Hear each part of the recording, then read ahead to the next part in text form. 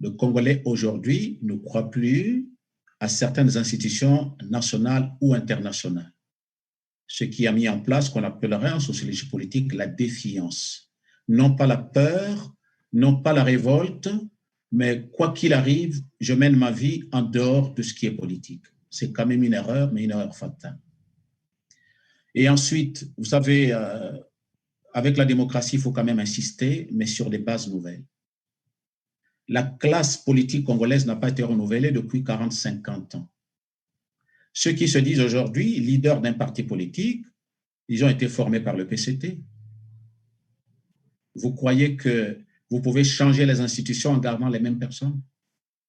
Aujourd'hui, on se plaint, les pensions ne sont pas payées, les jeunes, on peut dire universitaires, ont du mal à toucher leur bourse, ils ont du mal, on peut dire, à tenir, à étudier correctement, ils n'ont pas de bibliothèques, on peut dire, fiables pour les aider à étudier de manière correcte, approfondie, et voilà.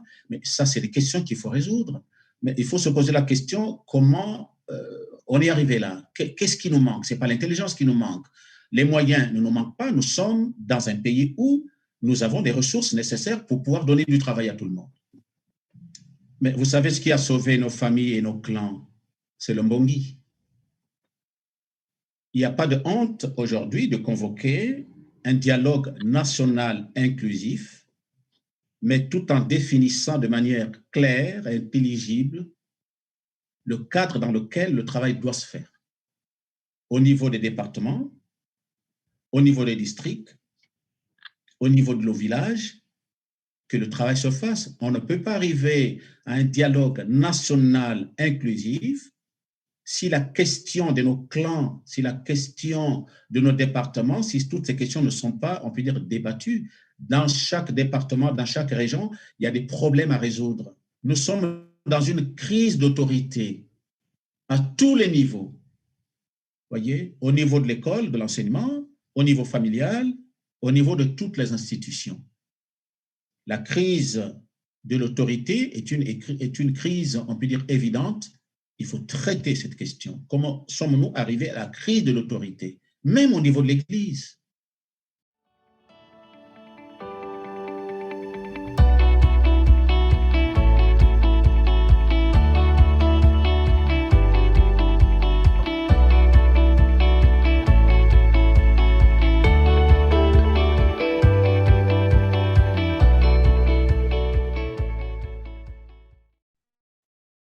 Bonjour, bonsoir. Mesdames, Mesdemoiselles et Messieurs, fidèles téléspectateurs, très ravi de vous retrouver pour ce tout autre numéro de Droit de Savoir où j'ai le plaisir de recevoir sur ce plateau Monsieur l'abbé Étienne Bakissi. Vous êtes docteur en sociologie politique et diplômé notamment en gestion des conflits et médiation internationale. Vous êtes aussi auteur de plusieurs ouvrages, parmi lesquels Bien commun, démocratie pluraliste, intérêt général et subsidiaire, La foi à l'épreuve du temps, l'errance au Congo-Brazzaville face au corps mutilé, les croyances magiques. Vous préparez d'ailleurs à en sortir un autre qui sera intitulé Les bandes armées au Congo-Brazzaville, le reliquat des guerres civiles congolaises. Bonjour Monsieur l'abbé Étienne Bakissi et merci d'avoir accepté notre invitation. Bonjour Monsieur Parrain, merci beaucoup, merci de m'avoir invité sur votre plateau. Je vous en prie Monsieur l'abbé. Bienvenue à vous aussi, mesdames, mesdemoiselles et messieurs qui venez de nous rejoindre pour la première fois sur Téléart TV. Likez, partagez. Vous pouvez également nous soutenir en envoyant des étoiles. Moi, c'est Christian Perrin. Monsieur l'abbé Étienne Bakissi, commençons par votre ouvrage qui va sortir d'ici à 2023, intitulé Les bandes armées au Congo-Brazzaville, le reliquat des guerres civiles congolaises. Fruit d'une imagination ou d'une inspiration des faits concrets? Je pense que ce n'est pas une imagination. Moi, j'ai travaillé la question, on peut dire, liée à ce qu'on appelle en sociologie politique la polémologie. Donc, l'étude, on peut dire, des conflits, des guerres. J'ai analysé la question, donc ce n'est pas une imagination. Je travaille sur les faits de vie. Je suis allé sur le terrain, donc en Afrique, spécialement au Congo-Brazzaville, et puis en République démocratique du Congo, pour voir un peu comment se présente la question des guerres civiles, comment se présente la question des conflits. Et ensuite, moi, la grande question, c'est à partir de mes hypothèses de travail, comment le problème des bandes armées se pose ou pourrait se poser aujourd'hui. Donc, ce n'est pas une imagination, mais je pars sur des hypothèses de travail, ce qui laisse entendre que ce n'est pas de l'imagination, mais c'est un travail scientifique correctement mené à la lumière de ceux qui m'ont précédé sur, on peut dire, ce champ disciplinaire. Alors, monsieur l'abbé Étienne Bakissi, pensez-vous que les bandes armées, comme vous, puisque vous êtes intéressé vraiment sur les bandes armées congolaises, seraient-elles finalement la cause de tous les maux qui minent aujourd'hui le Congo-Brazzaville? Non, pour l'instant, on peut pas se permettre de dire que les bandes armées, c'est la cause, on peut dire, principale de tous les conflits. Il faut dire que toutes ces bandes armées, les jeunes qui sont là-dedans sont des acteurs et des victimes des conflits au niveau de la sous-région d'Afrique. Donc, il n'y a pas que le Congo-Brazzaville, il y a la République centrafricaine, plus loin, même la Côte d'Ivoire, le Congo-Brazzaville, la République démocratique du Congo. Donc, on ne peut pas dire que, il faut vraiment dire que ils sont acteurs et victimes des conflits, on peut dire ethniques, des questions de guerre, disons comme ça. Est-ce qu'elles existent encore? Mais vous savez que les bandes n'ont jamais disparu. N'ont jamais disparu. Aujourd'hui, on peut dire que la figure du milicien semble disparaître, mais qui n'a pas totalement disparu. Quand on regarde les bébés noirs à Tankombo, à Talanga, à Pointe-Noire, disons dans des grandes agglomérations, on ne peut pas dire que les bandes armées ont disparu. Les bandes armées, c'est la figure qui a changé au regard du temps, mais les bandes armées existent encore parce que qui les a traités médicalement, psychologiquement. Après les guerres, il y a un travail, on peut dire, qui a été mené, mais un travail qui n'a pas encore abouti. Parce que si ce travail avait abouti, on ne connaîtrait pas, on peut dire, les bandes armées aujourd'hui, les bébés noirs disparaîtraient. Comment peut-on encore, on peut dire, dans un pays où il y a la sécurité, un pays où les jeunes sont entourés aujourd'hui, comment peut-on encore parler des bandes armées aujourd'hui? Voilà. Nous avons à portée de main ces jeunes qui n'ont pas encore été resocialisés et qui attendent, on peut dire, des réponses. Aujourd'hui, les bandes armées posent des questions à la gouvernance, posent des questions à toutes les institutions qui existent, de manière à ce qu'on s'assieye à la même table pour voir qu'est-ce qu'on fait, on peut dire, de cette jeunesse plus ou moins abandonnée. Cette jeunesse plus ou moins abandonnée. Mais monsieur l'abbé, est-ce qu'on peut revenir sur le contexte d'abord de ces bandes armées au Congo-Brazzaville? Écoutez, les contextes, moi j'ai fait de la sociologie politique, je m'appuie sur, on peut dire, mes hypothèses de travail, mais le contexte est mitigé. Il faut peut-être partir à partir de la conférence de la Baule de 1990, menée par le président Mitterrand à la Baule, en passant par les conférences nationales souveraines, mais aussi, il faut voir un peu la question de la gouvernance, la question de l'intérêt général, la question du bien commun. Donc, il faut lire, on peut dire, la question de la jeunesse est à lire dans ce contexte-là. Dans un contexte, on peut dire, politique, un contexte sociétal, un contexte anthropologique. Et puis, il ne faut pas oublier que nous avons perdu ce qu'on appelle dans nos villages les interdits. Nous avons perdu les valeurs. Ce qui peut donner sens, on peut dire, à la vie de cette jeunesse, c'est revenir un peu à la case départ pour voir un peu pourquoi nous avons perdu les valeurs, pourquoi nous avons perdu les interdits. Et c'est la lecture qu'il faut faire aujourd'hui. Et la grande question aujourd'hui, qu'est-ce que nous faisons de ce que nous avons reçu gratuitement de tous et toutes celles qui nous ont précédés dans ce pays?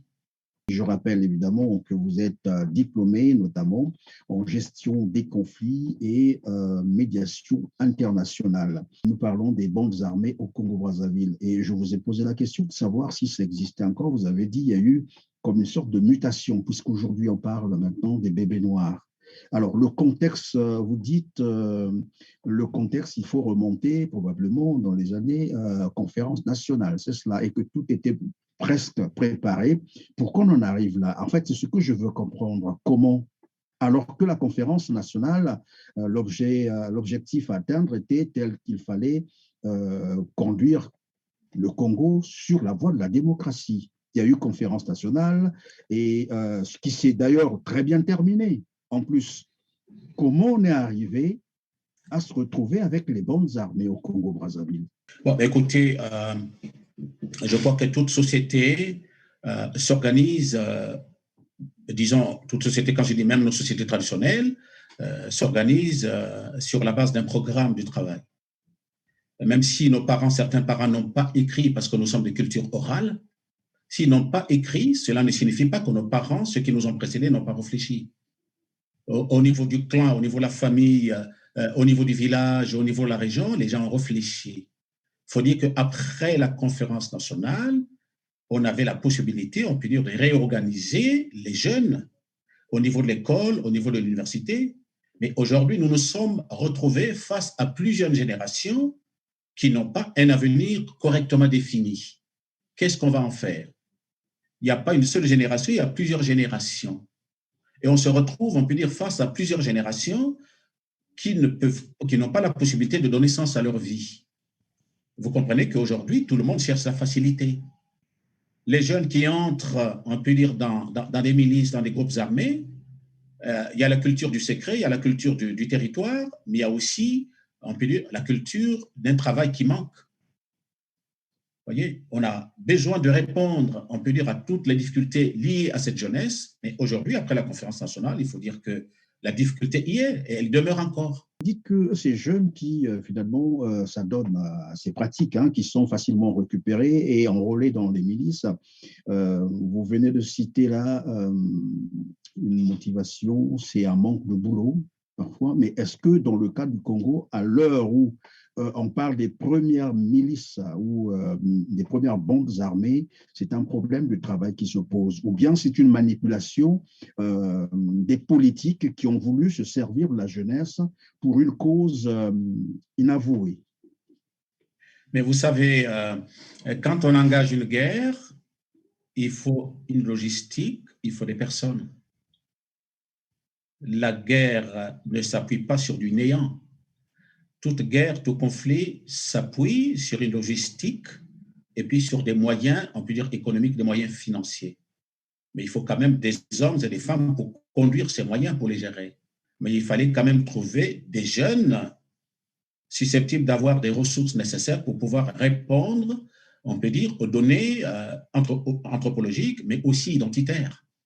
Parce qu'à la tête de chaque milice, à la tête de chaque bande armée, il y avait un leader politique qui était plus ou moins, on peut dire, circonscrit par rapport aux questions identitaires que je ne cesserai, on peut dire, de développer. Voyez. Donc, au sud, il y a eu des fractions, au nord, il y a eu des fractions, mais les jeunes qui ont été recrutés à la Sauvette, c'était pour répondre, on peut dire, à d'abord un besoin, un désir ethnique et identitaire. Mais monsieur, Donc, monsieur l'abbé, c'était une question subsidiaire. Est-ce que c'était évitable? On ne pouvait pas éviter parce que le pays était plus ou moins fractionné. Rien qu'au niveau de la langue reste, on peut dire, un marqueur identitaire. Ceux qui ont évolué au niveau de Brazzaville, qui ont évolué au niveau du Nord, au niveau du Sud, dans le Grand Niari, eh bien, c'est la langue qui permettrait aux uns aux autres d'avoir la vie sauve.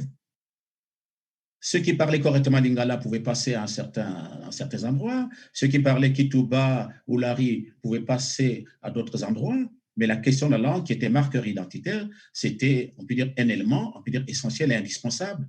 Soit on a la vie sauve, et bien soit on tombe sur un bouchon, et puis c'est la mort. Vous comprenez que tel que le pays était fractionné, il était difficile, on peut dire, d'entourer ces jeunes et de donner une certaine orientation. Lorsque vous dites, monsieur l'abbé, le pays était fractionné, à quel moment le pays s'est fractionné? À quel moment il a commencé à être fractionné, le pays?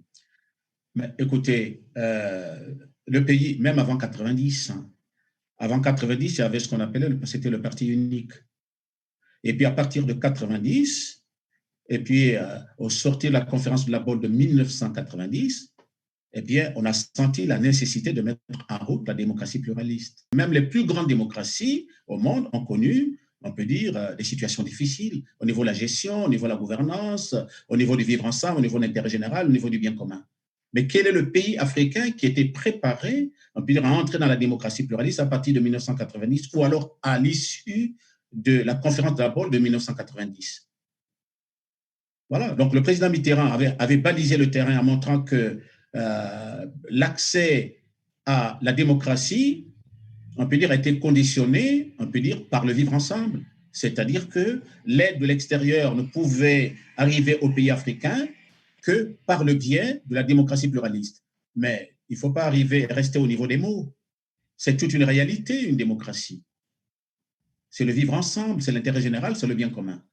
Je ne connais pas un seul pays qui était, on peut dire, disposé à accueillir la démocratie pluraliste. Donc, tout ce qu'on a fait à partir de 90, les conférences nationales, je peux dire qu'il fallait baliser. Les anciens ont balisé le terrain, mais ce n'était pas encore, vous savez, ceux qui ont été à la conférence nationale, rien que sur le concept de la catégorie, rien que pour définir le cadre dans lequel on devait mener la conférence nationale. C'est vous dire que personne n'était, on peut dire, disposé à préparer les conditions, on peut dire, de vivre ensemble, l'intérêt général et du bien commun. Oui, mais est-ce que nos intellectuels avaient perçu cela bien avant, ou bien c'est juste après que vous vous rendez compte aussi que finalement on n'était pas préparé pour cette démocratie, comme disait Jacques Chirac? Mais le problème, c'est qu'il fallait d'abord régler le problème du parti unique qui devait se défaire, on peut dire, du PCT pour mettre en route la démocratie pluraliste. Le premier problème n'était pas encore résolu. Encore une deuxième situation s'est rajoutée sur la conférence, plutôt la démocratie pluraliste. On s'est retrouvé, on peut dire, avec deux entités où il fallait trouver les solutions, on peut dire, d'accompagnement. Voilà, c'est ça. Oui, est-ce que je peux comprendre par là, monsieur l'abbé Étienne Bakissi, que la conférence nationale a été une erreur, c'est ça? On ne pourrait pas dire que c'est une erreur, mais vous savez, on ne joue pas avec l'histoire. Roger Garaudy nous dit exactement ceci, que la politique, c'est l'histoire en train de se faire. Et plus loin, c'est Hidou Badian, je crois que c'est dans Sous l'orage, qu'il dit que la véritable tradition dans les grandes choses n'est pas de refaire ce que les autres ont fait, mais de retrouver l'esprit qui a fait ces choses et qui en ferait d'autres en d'autres temps. La conférence nationale n'a jamais été une erreur, mais c'est parce que les conclusions auxquelles nous avons abouti, eh bien, aujourd'hui, laissent présager qu'il a manqué un peu de sagesse là-dedans. Qu'est-ce que le lavement des mains pouvait venir faire dans une démocratie pluraliste? Aujourd'hui, nous sommes prisonniers de notre histoire et de notre entêtement. Alors donc, en dehors des lavements de mains, qu'est-ce qu'il avait fallu faire finalement? Mais écoutez, au niveau de la conférence nationale, le travail était correctement défini. Il y avait, on peut dire, des sections ou des entités qui travaillaient sur les biens mal acquis. Il y avait aussi des sous-commissions, économie, sécurité. Mais il faut relire un peu les conclusions de la conférence nationale souveraine pour se rendre compte que le travail était correctement mené. Mais si la conférence nationale était, on peut dire, souveraine, pourquoi les décisions n'ont pas été appliquées à cette heure-là? Alors donc, finalement, le problème, c'est plutôt au niveau des actes de la conférence nationale qui n'ont pas été appliqués. À mon avis, il n'y a pas de société sans règles. Et si on avait défini les règles qui ont accompagné la conférence nationale souveraine, on aura du mal à comprendre aujourd'hui que ces règles, que ces lois ne soient pas appliquées et qu'on revienne encore, qu'on fasse une relecture de la conférence nationale, sachant que tout était correctement défini pour que le pays aille de l'avant. Cela veut dire également, monsieur l'abbé Étienne Bakissi, qu'aujourd'hui, les Congolais sont en train de payer, j'allais dire, cette complaisance-là, le fait qu'on n'ait pas appliqué les actes de la conférence nationale. À mon avis, la question essentielle, quand on regarde au niveau de la sociologie politique, c'est la question de la souveraineté et la question de la bonne gouvernance. La souveraineté, c'est-à-dire que le peuple, dans tout pays, le peuple est souverain. Alors qu'on redonne aux Congolais leur liberté première, c'est-à-dire cette catégorie première qui définit un peuple, c'est la souveraineté. Et ensuite, quand on aura défini la question de la souveraineté au niveau de notre pays, on pourra se dire que le peuple a le droit de dire oui, de dire non sur une situation qui semble bonne et qui ne semble pas bonne. Revenons, on peut dire, à la souveraineté du peuple et que le peuple retrouve sa liberté première pour pouvoir apprécier les situations et avancer dans le temps. Et comment retrouver donc finalement cette souveraineté, puisque vous parlez aussi de la gouvernance. Cela veut dire qu'aujourd'hui, il y a deux problèmes majeurs, j'allais dire, la gouvernance et la souveraineté. Comment retrouver cela? Mais vous savez ce qui a sauvé nos familles et nos clans? C'est le Mbongi. Il n'y a pas de honte aujourd'hui de convoquer un dialogue national inclusif, mais tout en définissant de manière claire et intelligible le cadre dans lequel le travail doit se faire, au niveau des départements, au niveau des districts, au niveau de nos villages, que le travail se fasse. On ne peut pas arriver à un dialogue national inclusif si la question de nos clans, si la question de nos départements, si toutes ces questions ne sont pas, on peut dire, débattues. Dans chaque département, dans chaque région, il y a des problèmes à résoudre. Vous voyez? Prenons le Pôle, prenons le Kwilu, prenons Pointe-Noire, prenons les grandes agglomérations.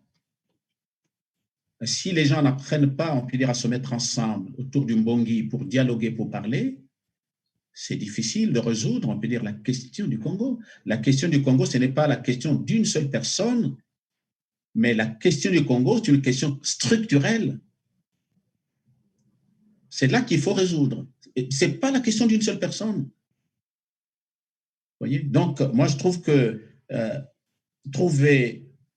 convoquer un dialogue national inclusif, tout en définissant, comme je viens de le dire tout à l'heure, le cadre dans lequel ceux qui sont choisis, ceux qui sont appelés à travailler là-dedans, définir un cadre de travail et on pourra, on peut dire, donner une orientation à notre pays. Alors, bon, si je vous ai bien compris, pour Monsieur l'abbé Étienne Bakissi, il faut dialoguer, il faut s'asseoir, vous appelez ça d'ailleurs un dialogue national inclusif, mais intelligible, d'ailleurs, vous l'avez dit. Mais pour qu'il y ait dialogue, il faut d'abord des acteurs prédisposés à ce dialogue.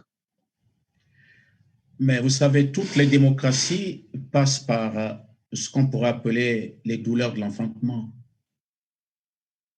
Il n'y a aucune démocratie standard. Toute démocratie s'applique dans un contexte donné. Le Congo n'est pas la République démocratique du Congo et la République démocratique du Congo n'est pas le Gabon. Chaque pays, chaque entité a ses problèmes à résoudre, mais aujourd'hui, c'est pas les moyens. Nous avons de l'intelligence au Congo-Brazzaville.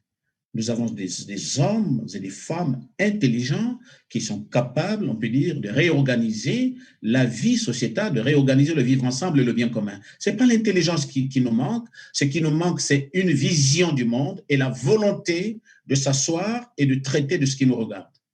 Et lorsque vous parlez de douleur d'enfantement, essayez un peu de transposer sur la réalité congolaise. Qu'est-ce que vous voulez dire par là? C'est-à-dire, quand je dis les douleurs de l'enfantement, mais toutes les difficultés qui sont liées à la vie de l'homme. Aujourd'hui, on se plaint, les pensions ne sont pas payées, les jeunes, on peut dire universitaires, ont du mal à toucher leur bourse, ils ont du mal, on peut dire, à tenir, à étudier correctement, ils n'ont pas de bibliothèques, on peut dire, fiables pour les aider à étudier de manière correcte, approfondie, et voilà. Mais ça, c'est des questions qu'il faut résoudre. Mais il faut se poser la question, comment on est arrivé là? Qu'est-ce qui nous manque? Ce n'est pas l'intelligence qui nous manque. Les moyens ne nous manquent pas. Nous sommes dans un pays où nous avons des ressources nécessaires pour pouvoir donner du travail à tout le monde. C'est à quand? Oui, Monsieur l'abbé, c'est votre domaine d'ailleurs.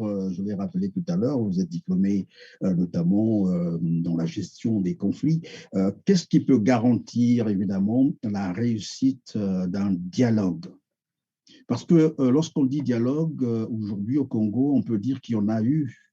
Il y a eu des concertations, des dialogues, toutes formes d'ailleurs.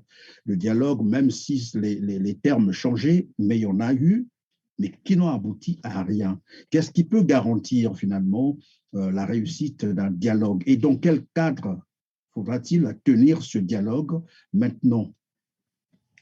À mon avis, il faut réétudier les procédures de travail. Il Concrètement, faut ça veut dire réétudier. quoi? Quand je dis il faut revoir les procédures de travail, c'est-à-dire que qui a mandat de convoquer un dialogue national inclusif?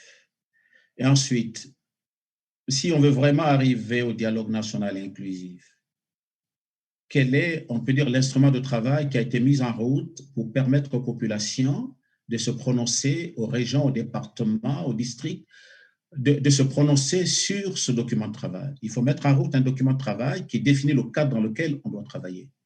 Ensuite, il faut trouver des acteurs qui aiment leur pays et qui travaillent pour le vivre ensemble, qui travaillent pour l'intérêt général. La démocratie, ce ne sont pas les injures. Ce n'est pas parce qu'on aura, on peut dire, tiré, on peut dire, insulter une autorité que le problème va se résoudre. Mais la démocratie, c'est aussi le respect de l'autre. C'est aussi le respect des institutions. C'est aussi le respect des règles. C'est aussi le respect des valeurs. Aucune démocratie n'autorise, on peut dire, les injures contre, orientées vers une autorité, telle autre personne, vers telle région et tout. Mais on ne gagnera rien avec la violence. Ce qui Vous peut faites sauver allusion, une société, c'est la paix. Monsieur l'abbé, vous faites allusion là à la conférence nationale ou bien aux différents dialogues que le Congo a eu à organiser, parce que là, il n'y a pas eu d'insulte. Mais le constat, c'est que ceux qui convoquaient ces dialogues avaient tout préparé et les autres devaient venir pour, évidemment, valider. C'est ce qui fait que aujourd'hui, où nous parlons, certains acteurs politiques, j'allais dire aussi de la société civile, n'ont plus confiance. Mais est-ce que vous croyez que la société civile est organisée aujourd'hui? Et comment Pour qu'on l'organiser? C'est arrive, ça le problème. comment? Comment Mais, l'organiser? il faut l'organiser. Il faut que, on peut dire, le Congolais connaisse ses droits et ses devoirs. Ça, c'est un problème. Si vous lisez Platon ou Aristote, on vous dit que le peuple meurt parce qu'il manque la connaissance, le peuple meurt parce que le peuple n'est pas formé. Il faut qu'on trouve des acteurs, des gens disposés à montrer aux Congolais leurs droits et leurs devoirs. Ça, c'est un problème, c'est aussi un problème de formation, un problème de préparation. Voilà, tout ne peut pas sortir d'un trait comme ça là, mais toute démocratie, toute société doit s'organiser, vous voyez, par le biais des valeurs, par le biais des règles, par le biais des institutions. Donc, il ne faut pas se décourager. Moi, je crois quand même que le Congo peut se relever, le Congo peut aller de l'avant si chaque Congolais, là où il est, ou essaie de travailler, essaie de réfléchir pour voir un peu comment on peut dire faire éclore notre économie, comment faire éclore notre vie sociétale. Cela est possible, il ne faut pas se décourager. Il faut continuer à travailler, il faut continuer à insister, mais avec des hommes et des femmes qui sont capables de travailler pour le bien commun, pour l'intérêt général. Et c'est ça qui nous manque, nous, dans notre pays. Et qu'est-ce qui, selon vous, a fait échouer les premières rencontres, les premiers dialogues ou les concertations? Qu'est-ce qui a dû manquer, en fait? Moi, je ne verrais pas les choses du côté de l'échec. Je verrais les choses beaucoup plus quand on a étudié la gestion des conflits, on travaille beaucoup sur la question de la bonne gouvernance. Moi, je verrais le problème de ce côté-là. Nous avons une constitution, nous avons des règles. Est-ce que vous croyez que tel que ça fonctionne, les règles sont appliquées? Est-ce que tout Congolais, là où il est-ce qu'il fait son travail de manière, on peut dire, équitable, de manière réfléchie, de manière rationnelle? Est-ce qu'aujourd'hui, le Congolais a encore la conscience du travail qu'il doit faire? C'est ça la grande question aujourd'hui. Réfléchissons. Nous avons les moyens et puis nous avons l'intelligence et la sagesse nécessaires pour faire éclore, on peut dire, soit l'économie, soit la vie sociétale. Quelqu'un disait que finalement, ils ont essayé de préparer une rencontre comme ça, c'est-à-dire un dialogue. Ils ont transmis le dossier au niveau du président de la République, c'est en 2003, 2002, 2003, qui était pourtant satisfait de voir le document, mais jusqu'aujourd'hui, c'est resté lettre morte. Probablement qu'il y a eu d'autres pesanteurs qui l'ont empêché de répondre à cette offre. Mais il se trouve que Denis Sassou Nguesso, il faut le citer, a déjà dit, et plusieurs fois il a répété, il a dit il n'y aura plus jamais un événement extraordinaire. Probablement qu'il faisait allusion à la conférence nationale, et tout à l'heure vous l'avez dit, que la conférence nationale a eu quelques faiblesses aussi quelque part. Alors, ma question, c'est de savoir comment faire pour convaincre les indécis, comment faire pour convaincre ceux qui ont peur. Peut-être que le problème peut aussi se situer à ce niveau-là, de perdre leurs privilèges. Vous savez, le grand obstacle pour la démocratie, moi je suis tiré de 3 choses. La première, c'est la peur de rencontrer l'autre. Et ça, c'est vraiment fatal pour le Congolais, qui a peur de poser les problèmes, qui a peur de l'échec, qui a peur de dire ce qu'il pense pour différentes raisons. La deuxième chose, nous sommes aujourd'hui au niveau de ce qu'on appellerait en sociologie politique la défiance dans le représentant. Le Congolais aujourd'hui ne croit plus à certaines institutions nationales ou internationales, ce qui a mis en place ce qu'on appellerait en sociologie politique la défiance. Non pas la peur, non pas la révolte, mais quoi qu'il arrive, je mène ma vie en dehors de ce qui est politique. C'est quand même une erreur, mais une erreur fatale. Et ensuite, vous savez, avec la démocratie, il faut quand même insister, mais sur des bases nouvelles. La classe politique congolaise n'a pas été renouvelée depuis 40-50 ans. Ceux qui se disent aujourd'hui leaders d'un parti politique, ils ont été formés par le PCT. Vous croyez que vous pouvez changer les institutions en gardant les mêmes personnes? Aucune démocratie ne fonctionne de cette manière. Je me dis, le travail est à faire, le travail doit se faire, mais il ne faut pas reculer, il faut avancer sur des bases nouvelles, tout en se disant, demain sera meilleur. Et lorsque vous dites les nouvelles bases ou bases nouvelles, c'est-à-dire les nouvelles personnes aussi, parce que là, vous venez de dire que nous avons en face en fait les mêmes personnes qui sont là depuis 40 ans, et ceux-là d'ailleurs qui ne veulent pas partir, puisque, bon, de toute façon, aujourd'hui, les gens ne s'en cachent plus, hein, ils disent on ne va pas partir, on sera là jusqu'à. Et vous pensez qu'on peut changer des personnes. Comment cela peut se passer? Comment, en faisant quoi exactement? Mais la question n'est pas de partir ou de ne pas partir. La question de la démocratie ne signifie pas que quand on a un certain âge, on a un âge certain, on ne vaut plus rien, il faut les mettre dehors. Le problème n'est pas là. La démocratie, ce n'est pas un règlement de compte. La démocratie, c'est le vivre ensemble. On définit un cadre de vie qui permet à chaque citoyen de trouver les raisons d'exister. Voilà pourquoi en politique, il y a deux grandes questions. Il y a le commandement et l'obéissance. Est-ce qu'aujourd'hui, on peut dire tout citoyen, tout Congolais peut faire confiance en une institution, voilà, qu'elle soit nationale ou internationale? Est-ce qu'aujourd'hui, on peut faire confiance, oui ou non? Si je dois faire confiance aujourd'hui en une institution qui existe, quelle est ma part dans ce qui doit se mouvoir, dans ce qui doit se faire? Est-ce qu'on prend en compte, est-ce qu'aujourd'hui, ceux qui ont le pouvoir de décider prennent en compte la situation des citoyens? C'est ça la grande question aujourd'hui. Tout le monde ne peut pas être préfet, tout le monde ne peut pas être maire de Pointe-Noire ou de Dolisie ou de Wando ou de Wesso. Mais nous sommes représentés, on peut dire, par des personnes, par des autorités qui méritent, à mon sens, la confiance du peuple.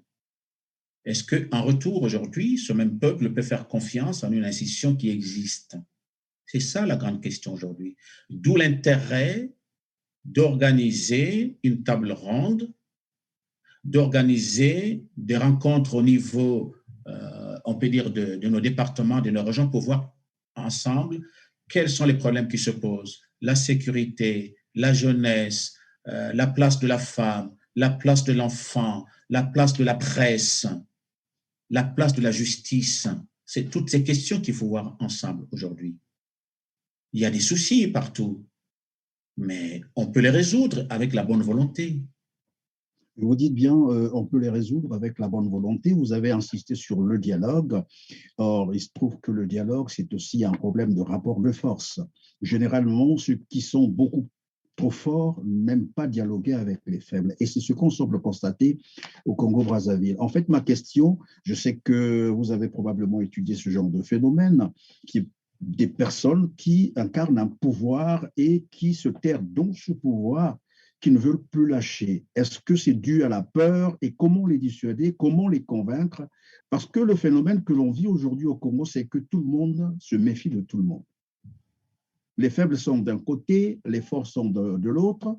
Ceux qui ont le pouvoir se disent, ben, écoutez, on le préserve et puis on ne le lâche plus. Comment faire pour rapprocher ces deux courants? Moi, je crois que le problème n'est pas du côté de ceux qui incarnent le pouvoir. Le problème, à mon sens, se poserait au niveau des textes. Si les textes sont correctement définis, nous avons des hommes et des femmes, on peut dire, intelligents au niveau du Congo-Brazzaville, qui préparent les constitutions, qui préparent les textes. Est-ce qu'aujourd'hui, on peut se dire que les textes tels qu'ils sont rédigés, c'est des textes qui peuvent répondre à notre contexte sociétal d'aujourd'hui? C'est la question qu'il faut se poser.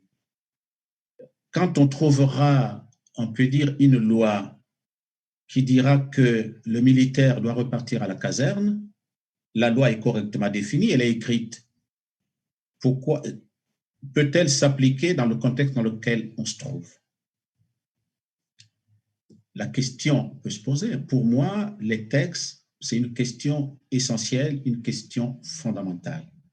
Nous sommes de culture orale au niveau du Congo-Brazzaville. Les anciens ont écrit, mais un peu tard.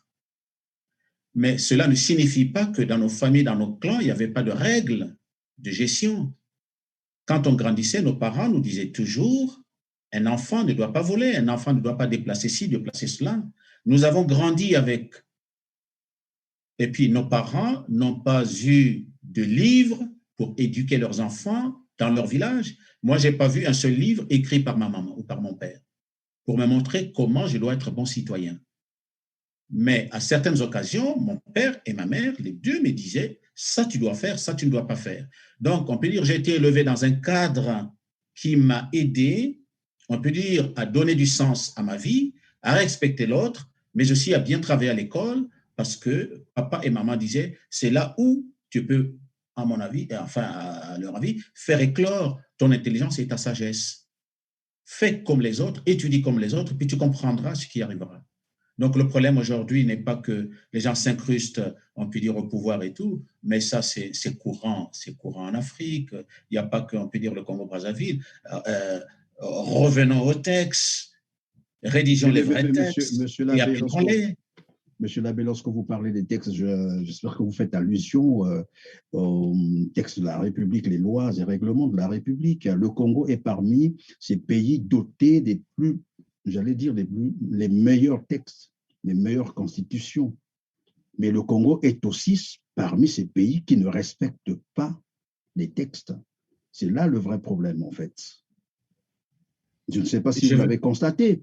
Le Congo, c'est un pays où les mêmes personnes qui conçoivent ces textes les violent en permanence.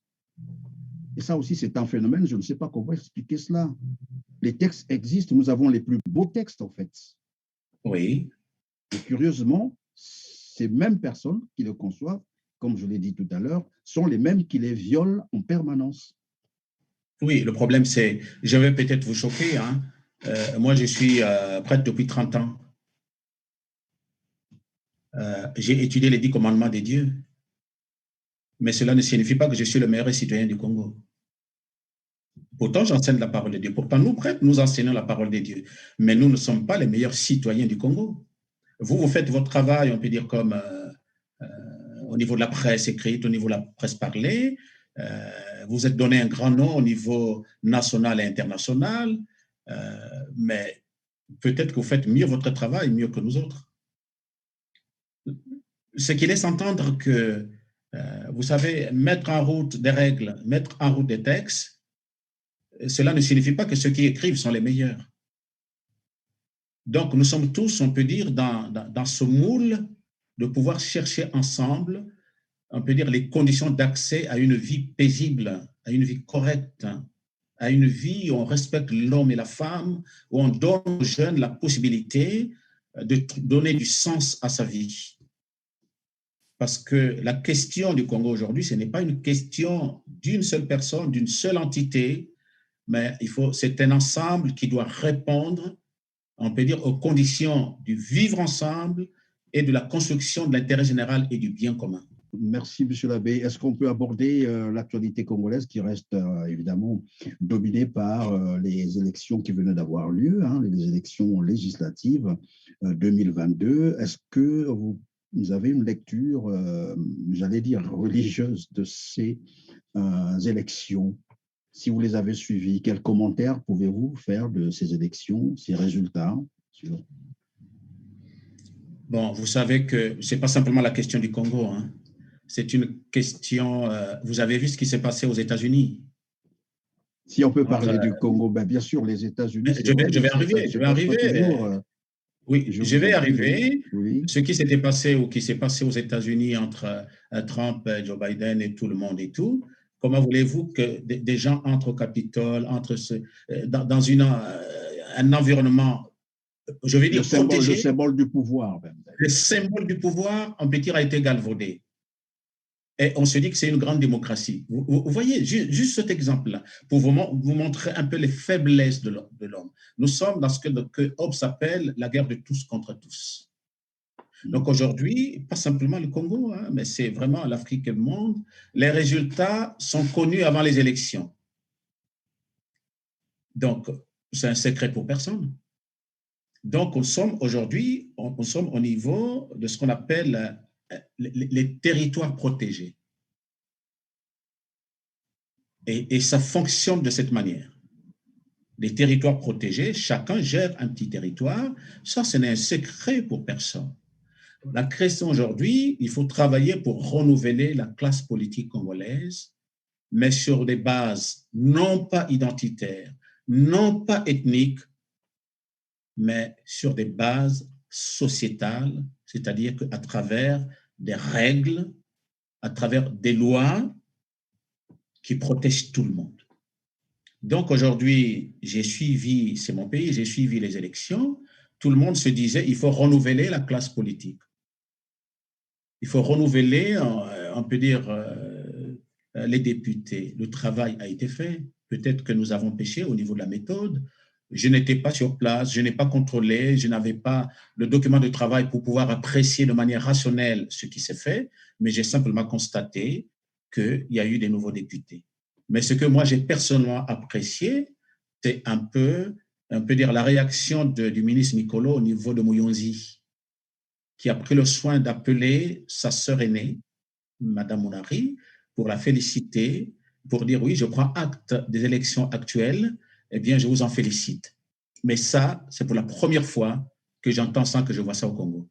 C'est déjà, à mon avis, une entrée, on peut dire, bonne à la démocratie pluraliste. Prendre le temps d'appeler non pas son ennemi, mais son adversaire politique, pour remercier l'autre, celle qui a gagné ou celui qui a gagné. Et ça, c'est, à mon avis, c'est une attitude républicaine qu'il faut, à mon sens, apprécier et qu'on doit, on peut dire, montrer à la classe politique congolaise comment les choses peuvent se faire. À mon sens, on reste frères et sœurs d'une même nation, des mêmes États. Il n'y a pas de raison, on peut dire, de se déchirer, mais nous avons travaillé pour le vivre ensemble, pour le bien commun, pour l'intérêt général. Alors, de manière générale, quelle appréciation peut-on finalement donner à l'organisation des élections au Congo-Brazzaville? Vous le savez, Monsieur l'abbé, que le 2 février 2021, la conférence épiscopale avait, je crois, fait une déclaration où elle émettait déjà des réserves, des sérieuses réserves quant à l'organisation des élections au Congo-Brazzaville. Est-ce que vous pensez que la situation a évolué, a reculé au niveau de l'organisation? Parce que vous venez là de citer évidemment l'exemple de Mouyonzi, mais qui n'est qu'un qu'une goutte d'eau dans la mer, parce qu'on a vu le premier tour, comment il s'est déroulé, mais même le deuxième tour. Donc, vous voyez que sur 151 circonscriptions que compte le Congo, seul à Muyonzi, où on a, évidemment, vous l'avez dit tout à l'heure, où la démocratie s'est exprimée, mais dont le cadre général, ça a été un fiasco, un chaos. Bon, il faut spécifier deux choses. La première, c'est la prise de parole des évêques du Congo. Moi, je m'inscris comme prêtre, je ne suis pas évêque, je ne suis qu'un simple prêtre, je m'inscris dans la dynamique de la hiérarchie. Et nous, prêtres, nous parlons par le biais de notre hiérarchie, par obéissance à l'Église ou à la Sainte Église. Je m'inscris, moi, dans la dynamique des évêques du Congo. J'ai toujours dit qu'ils ont produit 2 textes, à mon avis, pour attirer l'attention de ceux qui sont à responsabilité aujourd'hui. C'est des textes, on peut dire, évocateurs, des textes qui montrent, on peut dire, le bien fondé, mais un texte aussi qui présente les choses de manière à éviter, on peut dire, l'écroulement, à éviter les conflits. Les évêques ont parlé.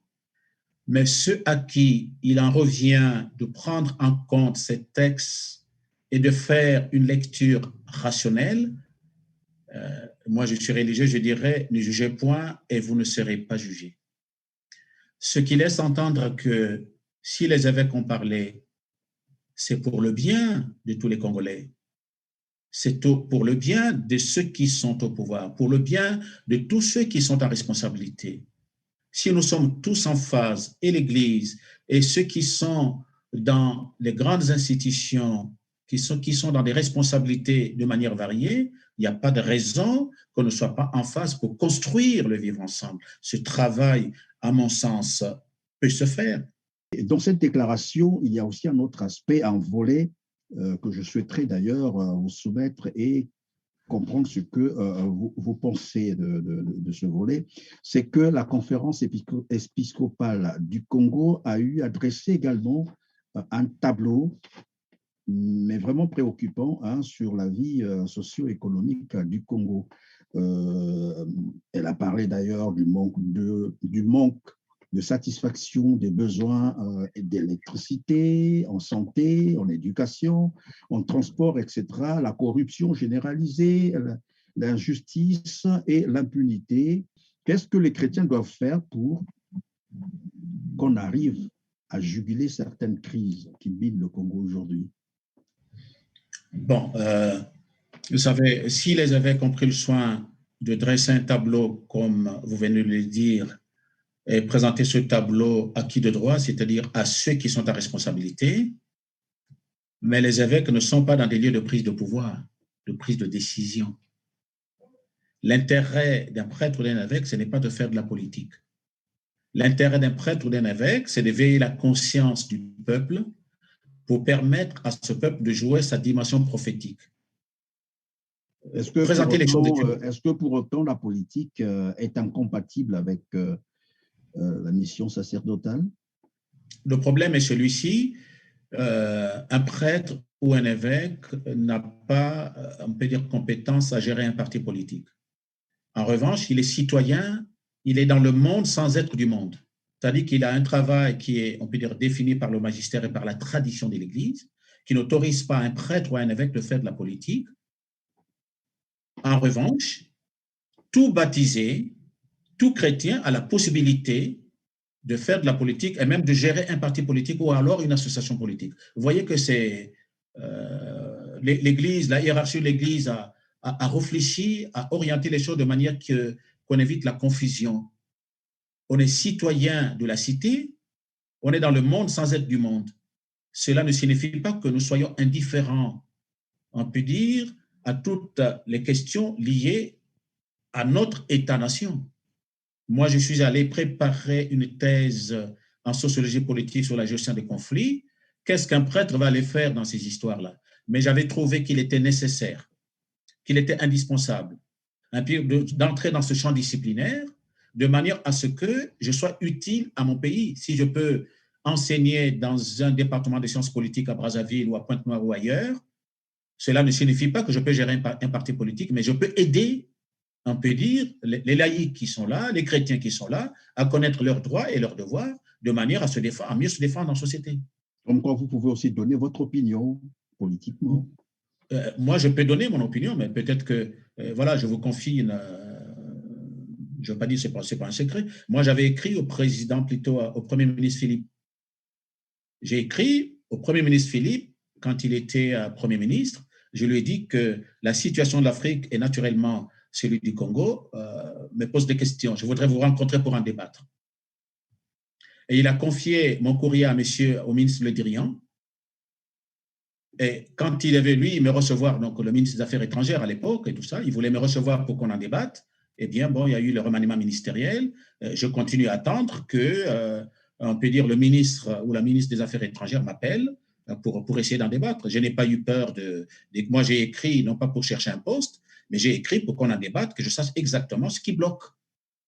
Donc, vous comprenez que ce n'est pas des risques à prendre, mais je me dis, pourquoi ne pas interroger tous ceux qui travaillent au niveau de la France-Afrique, au niveau des pays du Nord, que je pose des questions, que je porte moi, que j'ai rencontrées au niveau de l'université ou dans mes recherches, que je pose des questions à type droit pour que je trouve moi des réponses que je peux apporter à mon pays. Donc, je le ferai voilà, sous d'autres cieux aussi, quoi. Alors, monsieur l'abbé Étienne Bakissi, nous sommes pratiquement à la fin de cette émission. Nous parlions au départ des bandes armées et vous avez d'ailleurs démontré comment finalement cela a muté. Aujourd'hui, on parle des bébés noirs. Et évidemment, la question de la sécurité au Congo se pose avec acuité. Quelles sont les solutions que l'on peut, par exemple, ou les pistes de solutions pour aider ces jeunes à sortir, évidemment, de ces phénomènes? Bon, écoutez, le problème, il faut le voir à plusieurs niveaux. Le premier problème, à mon sens, c'est d'abord regarder en face toutes les générations qui n'ont pas pu être insérées au niveau de la société. Revoir un peu la question du travail. Ça manque aujourd'hui. Les jeunes qui sont dans la rue, tous n'ont pas l'intention de se retrouver dans la rue. Ils se retrouvent dans la rue parce qu'il faut trouver de quoi manger.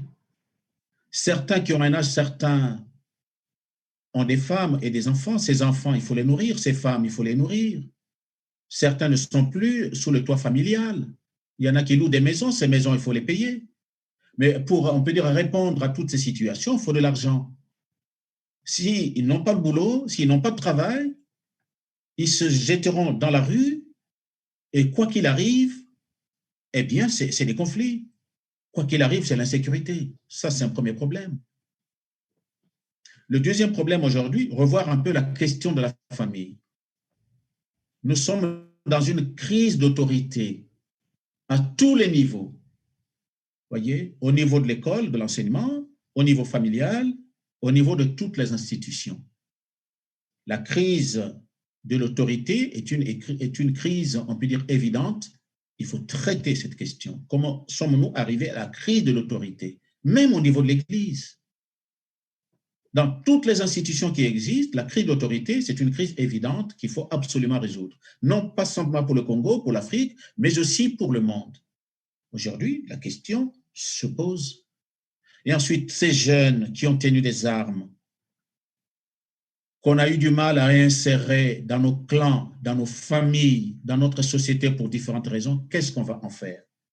Mais il faut quand même se dire que nous avons une armée parallèle au Congo, parallèle à l'armée républicaine, c'est-à-dire les bébés noirs et tous ceux qui ont tenu les armes, les Siloulous, les Cocos et les Cobras qui n'ont pas été traités cliniquement, c'est une armée parallèle. Le jour où il y a un grand conflit au Congo, ce sont ces jeunes qui vont reprendre les armes pour semer la pagaille dans le pays. Donc, si cette question des jeunes n'est pas résolue, eh bien, nous avons, comme on dit, des malades entre nos bras, et il faut se dire que, à court ou à long terme, la guerre arrivera, le conflit arrivera par le biais de ces bandes armées qui n'ont pas disparu. Parce que la figure du milicien a changé, mais la réalité demeure. Voilà, à mon avis, ça c'est ma lecture que je fais aujourd'hui. réfléchissons, voyons un peu comment réinsérer ces jeunes, comment leur donner du travail, comment répondre à leurs questions. Comment voulez-vous que dans une ville capitale économique comme Pointe-Noire, je n'ai pas trouvé une bibliothèque pour pouvoir occuper les jeunes à la lecture? Il n'y en a pas. Oui, mais plutôt que de les traiter ou de les réinsérer ou de les rééduquer, l'État congolais procède à ce qu'on appellerait les exécutions sommaires de ces jeunes. Écoutez, euh, moi j'ai perdu un parent, un jeune qui a été fauché par la police à Pointe-Noire. Ce n'est pas un bébé noir, hein. Il avait 16-17 ans par là. Parmi les 2 jeunes qui étaient tués du côté de l'OCH, comme jeune, il y a eu un parent. Il n'a jamais été dans une bande armée, mais il a été confondu. Des jeunes voilà, qui désorganisent la société. Même pour récupérer le corps de ce jeune, nous avons eu du mal à le récupérer. Il fallait faire des pieds et des mains pour que nous ayons quand même ce corps et que ce garçon soit traité dans des conditions convenables. Au moins pour la mémoire collective et pour la mémoire personnelle. Donc, ce qui laisse entendre que ceux qui sont recrutés dans la police et tout, il faut vérifier qui est là-dedans.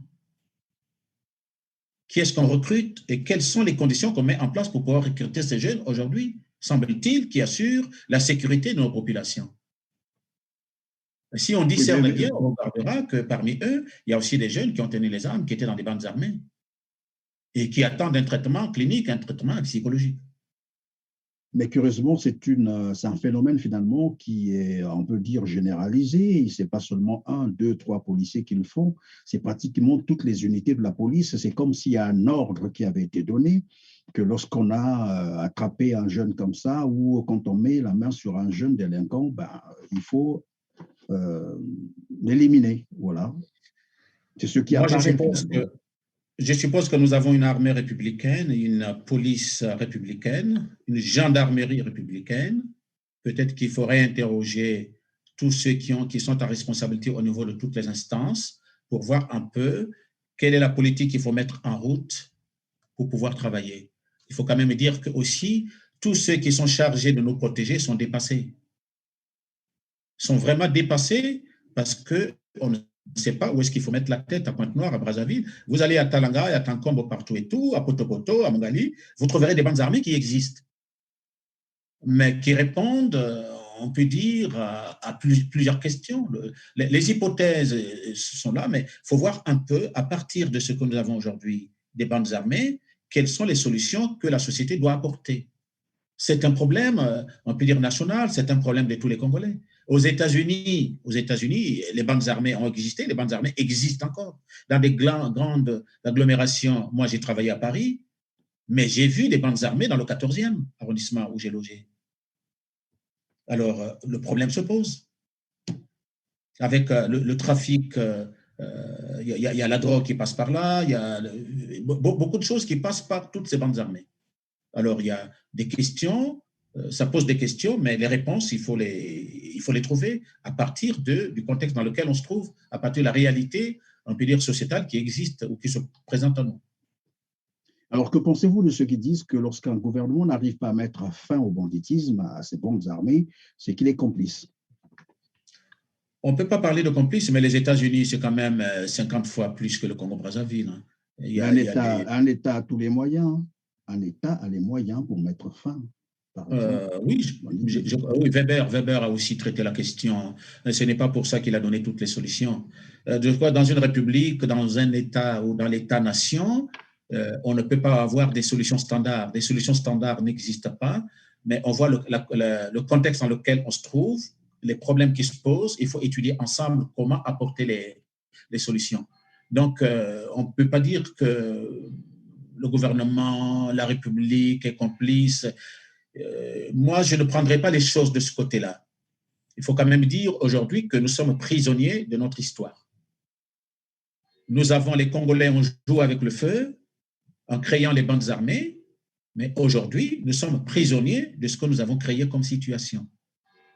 Et on ne va pas, on peut dire, s'en défaire comme ça. C'est pour ça que je parle des reliquats des guerres civiles congolaises. C'est-à-dire que nous sommes dans ce qu'on appelle une mosaïque ethnico-politique. Et cette mosaïque ethnico-politique, on n'est pas prêt, on peut dire, on est dans ce monde-là aujourd'hui, on aura du mal à s'en sortir. On Qui aura est-ce du qui a mal à s'en créé, sortir. Oui. oui, qu'est-ce qui a créé les Silulu? Moi, je ne vais pas vous donner le nom, vous savez, mais après, celui qui a créé les Silulu, il a mis en avant-plan la parole de Dieu, il a mis en avant-plan Saint-Michel. Mais aujourd'hui, comment expliquez-vous le silence de ce leader? Qu'est-ce qui s'est passé pour qu'il se taise aujourd'hui? C'est une fabrication locale, une fabrication républicaine, une fabrication internationale? Je ne vais pas répondre à la question maintenant, mais ça, c'est des questions qui attendent des réponses. Peut-être qu'un envoyé de Dieu. Pourquoi pas? Tout le monde peut jouer au prophète, hein, mais compris le vrai Dieu et le bon Dieu. Je n'entre pas dans ces détails du rapport entre sorcellerie, magie, sorcellerie et prophétisme. Bon, ça, c'est encore une autre question, on peut dire anthropologique ou sociologique, mais la réponse, nous avons à les trouver ensemble. La réponse, nous allons la trouver ensemble. Alors, monsieur l'abbé Étienne Bakissi, c'est la fin de cette émission. Je vais vous laisser quelques secondes pour conclure, mais en vous posant la question que voici. Nous connaissons aujourd'hui le tableau, hein, la crise socio-économique politique qui sévit le Congo. Que faut-il faire pour donner une nouvelle chance, j'allais dire, au Congo-Brazzaville? Bon, la première chose, c'est que ceux qui sont à responsabilité, qu'ils tiennent compte du document produit ou les deux documents produits par les évêques du Congo. Dans ces documents, on retrouve, on peut dire, la coloration politique, anthropologique, sociologique, économique du pays. C'est un travail qui a été bien mené, qu'on en tienne compte. Deuxième chose, je travaillerai au niveau de l'ouverture, que ceux qui sont en responsabilité acceptent toutes les propositions qui viennent de la base. Mais au niveau de la base, que nous trouvons, on peut dire, des acteurs politiques, des acteurs économiques qui aiment le pays, qui aiment le Congo, adresser un tableau et que ce tableau soit proposé aussi bien au gouvernement qu'au chef de l'État pour voir un peu quelle va être, on peut dire, la faisabilité de tout ce qu'on aura constaté au niveau du pays. Autre chose, c'est que le Congolais prenne conscience de ce qui existe aujourd'hui. Des problèmes que nous avons qui se posent à nous, qui se présentent à nous. La question de la sécurité, la question de l'emploi, la question du vivre ensemble. Mais toutes ces questions attendent des réponses. D'où l'intérêt d'organiser un dialogue national inclusif, mais qui passe par nos départements, par nos régions, et que le travail soit d'abord fait au niveau de la base. La question de la presse, la question de la justice, la question du vivre ensemble, les droits de la femme, la place du jeune, la sécurité, c'est des questions qui attendent des réponses dans nos départements. Quand on aura traité, on pourra préparer un document dans chaque département qu'on rassemblerait avec, on peut dire, avec les documents venant d'autres départements pour en faire un seul document qu'on pourrait soumettre à ceux qui sont à responsabilité. Maintenant, que cela soit appliqué ou pas, mais que le travail soit d'abord amorcé. Ce qui laisse entendre, voilà, que ceux qui sont à responsabilité travaillent la question. Mais que l'Église soit associée, on peut dire, à la préparation du document. Bien, voilà, c'est la fin de cette émission. Merci, monsieur l'abbé Étienne Bakissi. Je rappelle que vous êtes docteur en sociologie politique et diplômé notamment en gestion des conflits et médiation internationale. Merci d'avoir répondu à nos questions. À vous aussi, mesdames, mesdemoiselles et messieurs, merci d'avoir consacré votre temps si précieux à nous suivre. Likez, partagez. Vous pouvez également nous soutenir en envoyant des étoiles. Si vous nous rejoignez pour la première fois sur Telar TV, ne manquez pas de vous abonner. On se dit donc à très bientôt, mais d'ici là, prenez vraiment soin de vous car chaque jour est une vie. Merci.